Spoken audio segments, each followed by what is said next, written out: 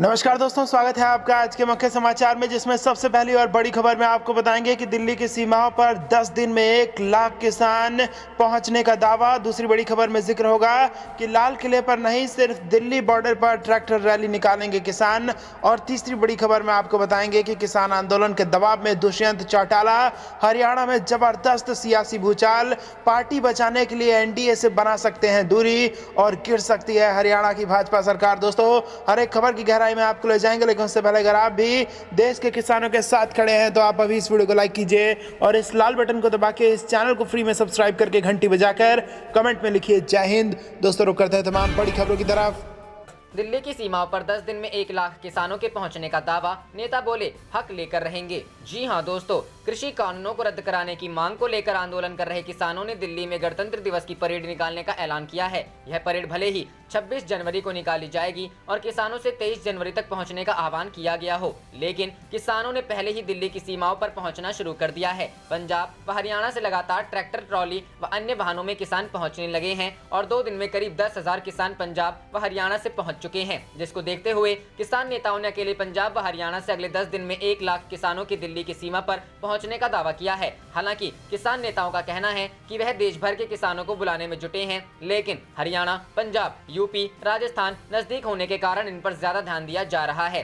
कृषि कानून के खिलाफ किसान करीब 50 दिन से आंदोलन कर रहे हैं और वह दिल्ली की सीमाओं पर ठंड के बावजूद सड़क पर डेरा डालकर बैठे हुए हैं। इस बीच सरकार से किसानों की लगातार बातचीत हो रही है, लेकिन उसके बावजूद कोई हल नहीं निकल सका है। वहीं सुप्रीम कोर्ट में मामला जाने के बाद उम्मीद जताई जा रही थी कि सरकार व किसानों के बीच चल रहा गतिरोध कुछ कम होगा। यह उम्मीद भी मंगलवार को खत्म हो गई, जब किसानों ने सुप्रीम कोर्ट का फैसला आने के बाद भी आंदोलन जारी रखने का ऐलान कर दिया, जिसके साथ ही गणतंत्र दिवस पर दिल्ली में किसान परेड भी शामिल होने के लिए किसानों ने हुंकार भरनी शुरू कर दी है।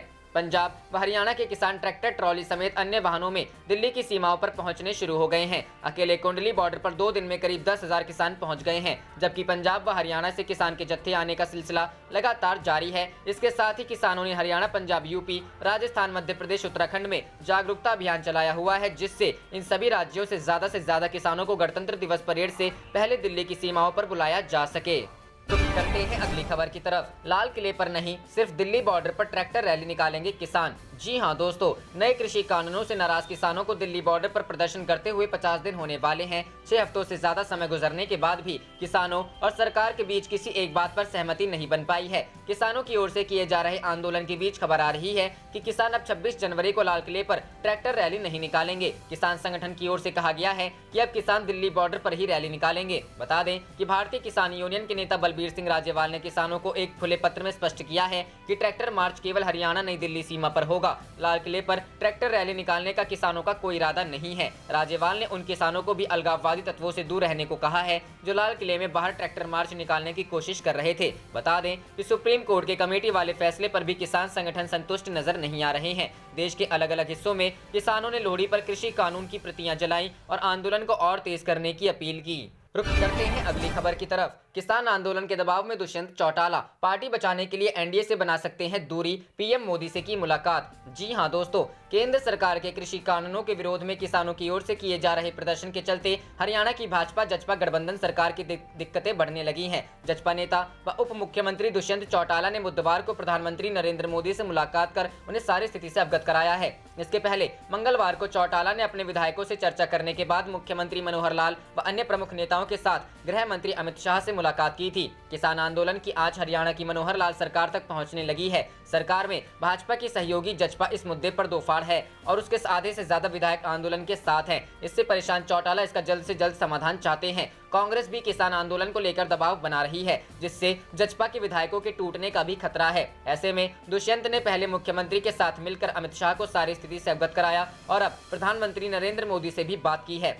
सूत्रों के अनुसार अगर आंदोलन का जल्द कोई रास्ता नहीं निकलता है तो दुष्यंत अपनी पार्टी को बचाने के लिए राजग से नाता भी तोड़ सकते हैं। जजपा के 10 विधायक हैं, जिसमें 7 किसानों के मुद्दों के साथ हैं। प्रधानमंत्री नरेंद्र मोदी के साथ हरियाणा के उप मुख्यमंत्री दुष्यंत चौटाला की मुलाकात लगभग 1 घंटे चली। बैठक के बाद उप मुख्यमंत्री सीधे चंडीगढ़ के लिए रवाना हो गए। गौरतलब है कि शाह के साथ बैठक के बाद दुष्यंत चौटाला ने कहा था कि भाजपा जचपा गठबंधन सरकार को कोई खतरा नहीं है और यह सरकार 5 साल का अपना कार्यकाल पूरा करेगी। रुख करते हैं अगली खबर की तरफ। बंगाल में बीजेपी के खिलाफ लामबंद होगी पार्टियां, टीएमसी की कांग्रेस वाम दलों से अपील, ममता बनर्जी का दे साथ। जी हां दोस्तों, तृणमूल कांग्रेस ने बुधवार को वाम मोर्चे और कांग्रेस से भाजपा की सांप्रदायिक एवं विभाजनकारी राजनीति के खिलाफ लड़ाई में पश्चिम बंगाल की मुख्यमंत्री ममता बनर्जी का साथ देने की अपील की है। राज्य की 294 विधानसभा सीटों पर अप्रैल मई में चुनाव होने हैं। तृणमूल कांग्रेस के वरिष्ठ सांसद सौगत राय ने पत्रकारों से कहा, अगर वाम मोर्चा और कांग्रेस वास्तव में भाजपा के खिलाफ हैं, तो उन्हें भगवा दल की सांप्रदायिक एवं विभाजनकारी राजनीति के खिलाफ लड़ाई में ममता बनर्जी का साथ देना चाहिए। उन्होंने कहा कि तृणमूल कांग्रेस की प्रमुख ममता बनर्जी ही भाजपा के खिलाफ धर्मनिरपेक्ष राजनीति का असली चेहरा है। रॉय ने दावा किया कि केंद्र में भाजपा नीति सरकार द्वारा शुरू की गई एक भी योजना सफल नहीं हुई। उन्होंने कहा कि तृणमूल कांग्रेस विकास के हितों में रचनात्मक आलोचना में विश्वास रखती है। पश्चिम बंगाल में राजनीतिक रूप ले चुके पशु तस्करी के मामले पर उन्होंने कहा कि इसे रोकने की जिम्मेदारी सीमा सुरक्षा बल की है, न कि राज्य सुरक्षा की, राज्य पुलिस की। तृणमूल के सांसद ने कहा, बीएसएफ देश की सीमाओं की रक्षा करती है और वह केंद्र सरकार के अधीन आती है। सीमा पार पशु तस्करी को रोकना पुलिस की नहीं, उनकी जिम्मेदारी है। केंद्रीय गृह मंत्री अमित शाह पर निशाना साधते हुए उन्होंने कहा, अलग अलग जगह भोजन करने के बजाय उन्हें सीमा पर जाकर देखना चाहिए था कि बीएसएफ अपना काम अच्छे से कर रही है या नहीं। शाह पिछले महीने राज्य के दौरे पर आए थे। यह पूछे जाने पर कि विधानसभा चुनाव में भाजपा की राज्य इकाई के प्रमुख दिलीप घोष क्या भगवा पार्टी के मुख्यमंत्री पद के उम्मीदवार होंगे, इस पर उन्होंने कहा कि यह भाजपा का आंतरिक मामला है। उन्होंने कहा, डायमंड हार्बर के सांसद एवं तृणमूल की युवा शाखा के प्रमुख अभिषेक बनर्जी की घोष की तुलना में अधिक राजनीतिक अनुभव है, जो 2015 से ही राजनीति में सक्रिय हुए हैं, लेकिन उन्होंने कभी तृणमूल का मुख्यमंत्री पद का उम्मीदवार बनने का दावा पेश नहीं किया। रुख करते हैं अगली खबर की तरफ। कैबिनेट विस्तार के साथ ही कर्नाटक भाजपा में बवाल, येदियुरप्पा पर लगा ब्लैकमेल करने वालों को मंत्री बनाने का आरोप। जी हां दोस्तों, कर्नाटक के मुख्यमंत्री बीएस येदियुरप्पा द्वारा अपने 17 महीने पुराने मंत्रिमंडल में विस्तार के लिए बुधवार को 7 नए नामों की घोषणा किए जाने के बाद राज्य भाजपा में नाराजगी की स्थिति पैदा हो गई है। सत्तारूढ़ दल के कुछ विधायकों ने विधान परिषद को मंत्री बनाए जाने, कुछ क्षेत्रों के प्रतिनिधित्व में कमी और काम पर ध्यान नहीं दिए जाने को लेकर नाराजगी जताई। राज्य में ज्यादातर मंत्री बेंगलुरु और बेलगावी जिलों से हैं। येदियुरप्पा ने बुधवार को दिन में विधायकों उमेश कट्टी, अरविंद लिम्बावली, मुरुगेश निगरानी, सीपी योगेश्वर, एस अंगारा और एमएलसी एमटीबी नागराज और आर शंकर को मंत्री पद की शपथ दिलाने की घोषणा की है। इसके बाद मंत्री पद पाने के इच्छुक कुछ भाजपा विधायकों ने नाराजगी जाहिर की है। येदियुरप्पा की आलोचना करने वाले विजयपुरा सिटी के विधायक बी पाटिल यत्नान ने मुख्यमंत्री पर आरोप लगाया कि वह वरिष्ठता और ईमानदारी को ध्यान में रखे बगैर ब्लैकमेल होकर नियुक्तियां कर रहे हैं। उन्होंने मुख्यमंत्री और उनके परिवार पर कर्नाटक भाजपा को हाईजैक करने का आरोप लगाते हुए प्रधानमंत्री से अनुरोध किया है कि वह राज्य को येदियुरप्पा परिवार के वंशवाद की राजनीति से मुक्त कराएं। पूर्व केंद्रीय मंत्री ने कहा, मुख्यमंत्री ब्लैकमेल करने वालों को मंत्री बना रहे हैं। 3 लोग, एक राजनीतिक सचिव और 2 मंत्री पिछले 3 महीने से येदियुरप्पा को सीडी के माध्यम से ब्लैकमेल कर रहे हैं। उन्होंने कहा, उनमें से एक आज मंत्री बनेगा। सीडी से ब्लैकमेल के अलावा विजेंद्र को धन देना भी शामिल है। विजयपुरा में पत्रकारों से बातचीत में यत्नाल ने दावा किया कि येदियुरप्पा को ब्लैकमेल कर रहे 3 लोगों ने 4 महीने पहले उनसे मुलाकात कर उन्हें पद से हटाने की योजना बनाई थी। गौरतलब है कि यत्नाल कह चुके हैं कि वह येदियुरप्पा मंत्रिमंडल में मंत्री पद नहीं चाहते हैं। उन्होंने कहा, मैं येदियुरप्पा को मकर संक्रांति से पहले चुनौती देता हूं। उत्तरायण से आपका अंत शुरू हो जाएगा और प्रधानमंत्री मोदी के नेतृत्व में कर्नाटक में नया अध्याय शुरू होगा। रुख करते हैं अगली खबर की तरफ। आंदोलन पर अड़े किसान, देश भर में 20,000 जगहों पर जलाई कृषि कानून की प्रतियां। जी हां दोस्तों, किसान संगठनों का दिल्ली के बॉर्डर पर आंदोलन जारी है। सिंघू बॉर्डर पर बुधवार शाम को प्रदर्शनकारी किसानों ने लोहड़ी के अवसर पर कृषि कानूनों की प्रतियां जलाई। अखिल भारतीय किसान संघर्ष समन्वय समिति ने बताया कि कानून की प्रतियां जलाई गई। किसान समिति ने बताया कि 3 कृषि कानून और बिजली बिल 2020 को रद्द करने की किसानों की मांग पर सरकार का रवैया अड़ियल है। उसके खिलाफ अभियान तेज करते हुए देश भर में 20,000 से ज्यादा स्थानों पर कृषि कानून की प्रतियां जलाई गई। सभी स्थानों पर किसानों ने एकत्र होकर कानून की प्रतियां जलाई और उन्हें रद्द करने के नारे लगाए। किसान समिति ने दिल्ली के आसपास 300 किलोमीटर के दायरे में स्थित सभी जिलों के किसानों से अपील की है कि वे दिल्ली में गणतंत्र दिवस पर ट्रैक्टर परेड की तैयारी में जुटे और बॉर्डर पर जमा हो। जहां 18 जनवरी को सभी जिलों में महिला किसान दिवस मनाया जाएगा, वहीं बंगाल में 20 से 22 जनवरी, महाराष्ट्र में 24 से 26 जनवरी, केरल, तेलंगाना, आंध्र प्रदेश में 23 से 25 जनवरी और ओडिशा में 23 जनवरी को महामहिम के कार्यालय के समक्ष महापड़ाव आयोजित किया जाएगा। AIKSCC ने कहा कि केंद्र सरकार यह बता पाने में नाकाम रही है कि कैसे ये कृषि कानून किसानों के लिए फायदेमंद है, जबकि आंदोलन को 50 दिन से ज्यादा हो गए। समिति ने कहा कि केंद्र का ये तर्क कि नए कृषि कानून से तकनीकी विकास, पूंजी का निवेश, मूल्य वृद्धि होगी, लेकिन ये कानून इन कामों की जिम्मेदारी बड़े कॉरपोरेट को देते हैं, तो इससे इस कानून का अर्थ नहीं रह जाएगा। AIKSCC ने जारी बयान में कहा कि इसी तर्क के अनुसार सरकार ने निजी निवेशकों को मदद देने के लिए 1 लाख करोड़ रुपए आवंटित किए हैं, लेकिन तकनीकी विकास, पूंजीगत निवेश और मूल्य वृद्धि के लिए आश्वस्त बाजार के विकास को लेकर अपनी जिम्मेदारियों के निर्वाह में वह इस धन को नहीं लगाना चाहती। कॉरपोरेट जब यह निवेश करेगा तो उसका लक्ष्य ऊंचा मुनाफा कमाना और भूमि व जल स्रोतों पर कब्जा करना होगा। किसान समिति ने कहा कि सरकार ने सुप्रीम कोर्ट में किसान नेताओं पर गलत आरोप लगाए। किसान बता चुके हैं कि इन कानूनों से उनके बाजार, जमीन की सुरक्षा पर हमला होगा, लागत व सेवाओं के दाम बढ़ेंगे, उपज के दाम घटेंगे, किसानों पर कर्ज और आत्महत्याएं बढ़ेंगी, राशन व्यवस्था भंग होगी, खाने के दाम बढ़ेंगे। केंद्र सरकार न केवल किसानों के प्रति अपनी जिम्मेदारियों को पूरा करने में विफल रही है, बल्कि उसने सर्वोच्च न्यायालय के सामने सही तथ्य पेश नहीं किए हैं। रुख करते हैं अगली खबर की तरफ। कांग्रेस का हमला, कृषि कानूनों को लेकर सरकार ने सर्वोच्च न्यायालय में दाखिल किया है झूठा हलफनामा। जी हां दोस्तों, किसानों की मांगों को लेकर मोदी सरकार पर हमलावर कांग्रेस ने गंभीर आरोप लगाते हुए कहा कि सरकार ने सर्वोच्च न्यायालय में दाखिल किए हलफनामे में गलत जानकारियां देकर अदालत को गुमराह किया है। इस हमले के बीच राहुल गांधी ने भी मोदी सरकार को आड़े हाथों लेते हुए ट्वीट किया कि 60 से ज्यादा अन्नदाता की शहादत से मोदी सरकार शर्मिंदा नहीं हुई, लेकिन ट्रैक्टर रैली से इन्हें शर्मिंदगी हो रही है। कांग्रेस ने अदालत को गुमराह करने के अपने आरोप को साबित करने के लिए सूचना के अधिकार के तहत मिली जानकारी को साझा किया, जिसमें पूछा गया था कि अध्यादेश और कानून लाने से पहले सरकार ने तीनों कानूनों को लेकर कब, कितनी बार और किस किस से परामर्श किया था। RTI के जवाब में बताया गया कि सरकार के पास इसका कोई रिकॉर्ड नहीं है, जबकि हलफनामे में सरकार ने सर्वोच्च न्यायालय को बताया कि उसने पिछले कई वर्षों तक इन कानूनों को लेकर परामर्श किया है। कांग्रेस प्रवक्ता अभिषेक सिंघवी ने इसे सरासर झूठ बताते हुए दलील दी कि 2003 और 2013 में जो सुझाव आए, यह सरकार उसे परामर्श बता रही है, जबकि सच्चाई ये है कि इन सुझावों साफ इशारा किया गया था कि ऐसा कानून बनाने का अधिकार राज्यों के पास है, केंद्र केवल प्रस्तावित कर सकता है, लेकिन अध्यादेश लाने और कानून बनाने से पहले सरकार ने कोई परामर्श किया ही नहीं था। उल्लेखनीय है कि कृषि कानून के विरोध में किसान संगठन पिछले करीब 50 दिनों से दिल्ली के निकट विरोध प्रदर्शन कर रहे हैं। सरकार और किसान संगठनों के बीच अब तक बातचीत बेनतीजा रही है। रुख करते हैं अगली खबर की तरफ। किसानों के धैर्य की परीक्षा ना ले मोदी सरकार, गहलोत। जी हां दोस्तों, राजस्थान के मुख्यमंत्री अशोक गहलोत ने बुधवार को कहा कि केंद्र की मोदी सरकार को किसानों के धैर्य की परीक्षा लेने की बजाय कृषि कानूनों को वापस लेना चाहिए। इसके साथ ही उन्होंने कहा कि कांग्रेस किसानों के संघर्ष में उनके साथ है। गहलोत ने ट्वीट किया, कांग्रेस पार्टी किसानों के संघर्ष में उनके साथ खड़ी है, लेकिन कृषि कानूनों का समर्थन कर चुके सदस्यों की कमेटी से उन्हें उम्मीद नहीं है। मोदी सरकार को किसानों के धैर्य का इम्तिहान लेने की बजाय तीनों काले कृषि कानून वापस लेने चाहिए। मुख्यमंत्री ने ऋग्वेद की एक ऋचा क्षेत्रस्त्य पतिना वैम हितनेर जयमसी का हवाला देते हुए कहा कि इसका अर्थ है कि किसान के हित से ही हमारा कल्याण होता है। राजनीति के लिए धर्म का सहारा लेने वाली भाजपा को हमारे धार्मिक ग्रंथों में लिखी बातों का भी अनुकरण करना चाहिए। उन्होंने लिखा है, केंद्र सरकार को तुरंत तीनों कृषि कानून को वापस लेकर अन्नदाता को राहत देनी चाहिए। रुख करते हैं अगली खबर की तरफ। यूपी सरकार को बड़ा झटका, हाई कोर्ट का आदेश, शादी से पहले आपत्तियां मांगना गलत। जी हां दोस्तों, अंतर, धार्मिक जोड़ों की शादी के लिए नोटिस का अनिवार्य प्रदर्शन अब से वैकल्पिक होगा। इलाहाबाद उच्च न्यायालय ने बुधवार को एक आदेश देते हुए कहा कि इस तरह की शादी के लिए नोटिस लगाना अनिवार्य नहीं होगा। कोर्ट के इस फैसले से अंतर धार्मिक जोड़ों को राहत मिलेगी। लव जिहाद के मामलों के बीच शादियों के रजिस्ट्रेशन को लेकर इलाहाबाद हाईकोर्ट की लखनऊ बेंच ने बड़ा फैसला दिया है। हाई कोर्ट ने शादियों से पहले नोटिस प्रकाशित होने और उस पर आपत्तियां मांगने को गलत माना है। अदालत ने इसे स्वतंत्रता और निजता के मौलिक अधिकारों का हनन बताया। अदालत ने विशेष विवाह अधिनियम की धारा 6 और 7 को भी गलत बताया। अदालत ने कहा कि किसी की दखल के बिना पसंद का जीवन साथी चुनना व्यक्ति का मौलिक अधिकार है। अदालत ने कहा कि अगर शादी कर रहे लोग नहीं चाहते तो उनका ब्यौरा सार्वजनिक ना किया जाए। कोर्ट ने कहा कि ऐसे लोगों के लिए सूचना प्रकाशित कर उस पर लोगों की आपत्तियां ना ली जाए। हालांकि विवाह कराने वाले अधिकारी के सामने यह विकल्प रहेगा कि वह दोनों पक्षों की पहचान, उम्र और अन्य तथ्यों को सत्यापित कर ले। क्या था मामला? अदालत ने कहा कि इस तरह का कदम सदियों पुराना है, जो युवा पीढ़ी पर क्रूरता और अन्याय करने जैसा है। हाईकोर्ट की लखनऊ बेंच के जस्टिस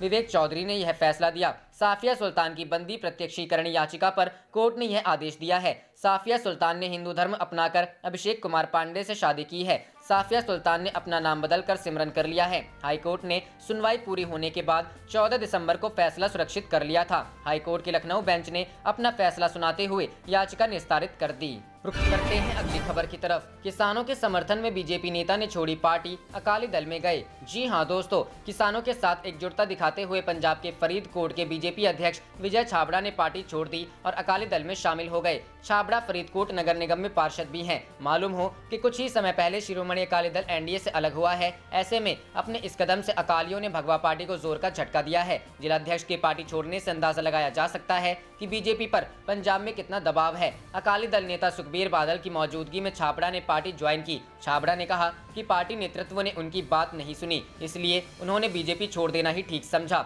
बता दें कि आज पंजाब में किसानों ने कृषि कानून के विरोध में लोहड़ी के मौके पर कई स्थानों पर केंद्र सरकार द्वारा लाए गए 3 नए कृषि कानूनों की प्रतियां जलाई। मालूम हो कि लोहड़ी का त्योहार पंजाब, हरियाणा और उत्तर भारत के अन्य हिस्सों में मनाया जाता है। विभिन्न किसान यूनियन से जुड़े किसानों ने राज्य के कई स्थानों पर विरोध प्रदर्शन किया और नए कृषि कानूनों की प्रतियां जलाई। किसानों ने भाजपा के नेतृत्व वाले केंद्र के खिलाफ भी नारेबाजी की और सरकार से उनकी मांगों को नहीं मानने के लिए नारेबाजी की। उन्होंने मांग की कि नए कृषि कानूनों को निरस्त किया जाना चाहिए। किसान मजदूर संघर्ष समिति के बैनर तले महिलाओं सहित किसानों ने अमृतसर के पंडेर कलान गांव में विरोध प्रदर्शन किया। समिति के महासचिव सरवंत सिंह पंडेर ने कहा, हमने इन कानूनों के विरोध में कृषि कानूनों की प्रतियां जलाई। इस तरह का विरोध प्रदर्शन अमृतसर में अन्य स्थानों पर भी किया जा रहा है। पंडेर ने कहा, जब तक केंद्र किसानों की सभी मांगों को स्वीकार नहीं करता, तब तक हमारा आंदोलन जारी रहेगा।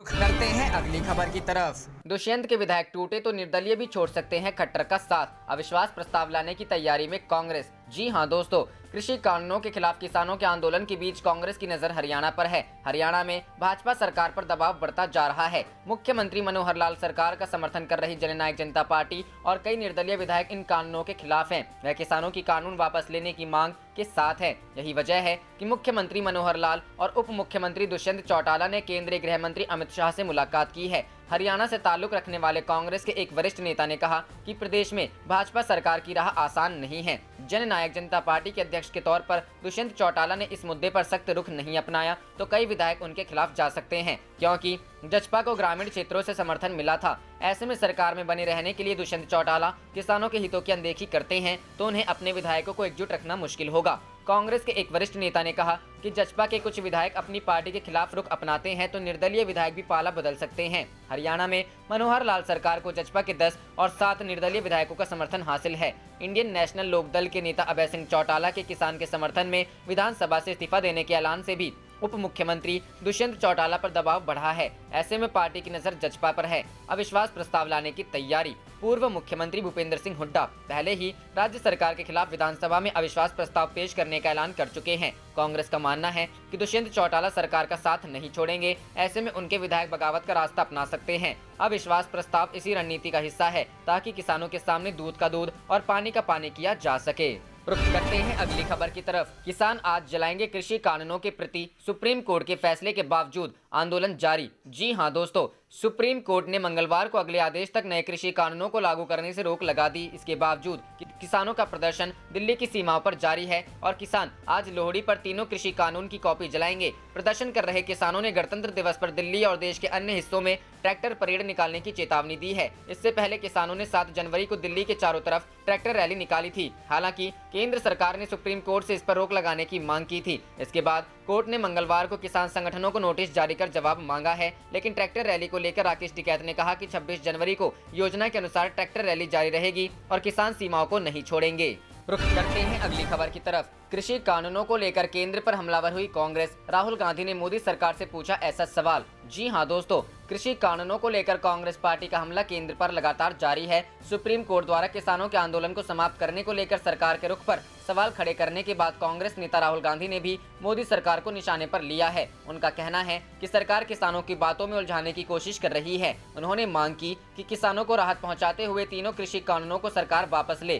कांग्रेस के पूर्व अध्यक्ष राहुल गांधी ने सरकार और किसानों के बीच बढ़ते वार्ता के दौर को लेकर प्रतिक्रिया दी है। उन्होंने ट्वीट कर कहा, सरकार की सत्याग्रही किसानों को इधर उधर की बातों में उलझाने की हर कोशिश कर रही है, जो बेकार है। अन्नदाता सरकार के इरादों को समझता है। उनकी मांग साफ है कि कृषि विरोधी कानून वापस लो। बस उन्होंने सवाल किया कि आखिर जब समाधान निकालने की मंशा सरकार रखती है तब भी समाधान क्यों नहीं निकल रहा। इससे पहले भी राहुल ने किसान आंदोलन को लेकर सरकार को घेरा था। बीते सोमवार को राहुल गांधी ने अपने भाषण का एक पुराना वीडियो ट्विटर पर शेयर किया था। उन्होंने लिखा था, अब भी वक्त है मोदी जी, पूंजीपतियों का साथ छोड़कर अन्नदाताओं के साथ दीजिए। उल्लेखनीय है कि अपनी मांगों को लेकर हजारों किसान दिल्ली की सीमा पर पिछले करीब 1.5 महीने से प्रदर्शन कर रहे हैं। किसान संगठनों की मांग है कि तीनों कृषि कानूनों को वापस लिया जाए और न्यूनतम समर्थन मूल्य की कानूनी गारंटी दी जाए। सरकार का कहना है कि ये कानून कृषि क्षेत्र में बड़े सुधार के कदम है और इनसे खेती से बिचौलियों की भूमिका खत्म होगी तथा किसान अपनी उपज विदेश में कहीं भी बेच सकेंगे। किसान संगठनों और सरकार के बीच कई दौर की बातचीत के बावजूद अब तक गतिरोध पूरी तरह खत्म नहीं हो पाया है।